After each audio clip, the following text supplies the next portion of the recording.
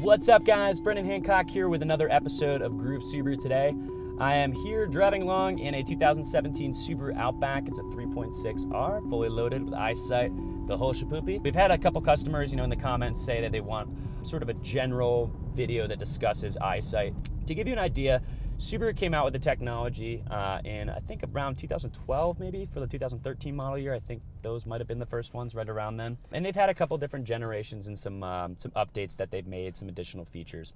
But in general, what it is it's a system of active safety features that use cameras to see the road and prevent potential accidents from taking place. So a couple of the features that are part of the Eyesight system: you have pre-collision braking, you have pre-collision throttle management, you have adaptive cruise control, you have lane departure warnings, you have lane keep assist. On some select models, you have reverse automatic braking. So these are all part of the Eyesight family of active safety features. Now, what I mean when I say that these are active safety features, these are technologies that are preventing an accident from taking place. So a camera that uses 3D image processing to see the road and brake the car for you is preventing an accident, so therefore an active safety feature. You can always spot a car that has Eyesight from the cameras in the front. Now, depending on the model, if it's an Outback or Legacy, it could have a third camera up there, and that is for the high beam assist. But otherwise, you can always spot these two cameras up top. So these are full-on 3D image processing. They see in full color cameras. So I like to think of them as a second set of eyes. They see very much like the way that you do. So one of the things that, the benefits that this has is it is extremely, extremely responsive. People ask, will it stop the car all the way?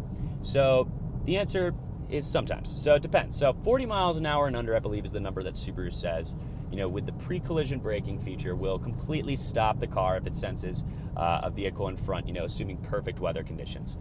Now, as I mentioned, these are like a second set of eyes. So there are things that could affect, the effectiveness of this, so to speak. So for example, let's say, it's snowing really, really heavily outside. So the wipers are going constantly. They're getting in front of the cameras, or, you're driving directly into the sun. So the glare is, going into the cameras. That can sometimes cause Eyesight to turn off. So you'll see it'll say, Eyesight off. Also, if there's snow on the ground, or ice, it may need, a little bit more room to brake. So 40 miles an hour and under is sort of the general idea, assuming, flat land, perfect conditions, good tire tread. Now, using that same technology is the adaptive cruise control feature.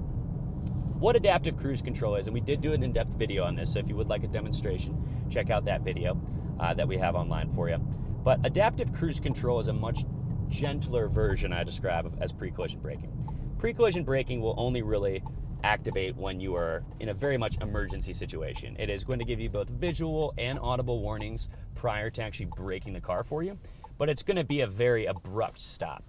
In no ways does Eyesight ever, with that whatever feature we're referring to, interfere and overtake your driving of the car. So it gives you the benefit of the doubt that you actually do see the object, that you are going to stop until very last minute when it says you are probably not going to.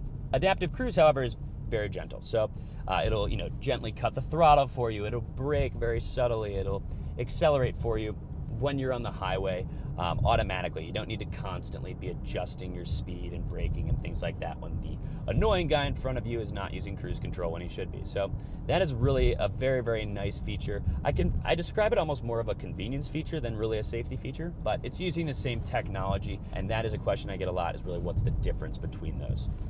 You also have the lane keep assist. So likewise, lane keep assist is different from a lane departure warning. Lane departure warning is going to let you know if you are veering out of a lane.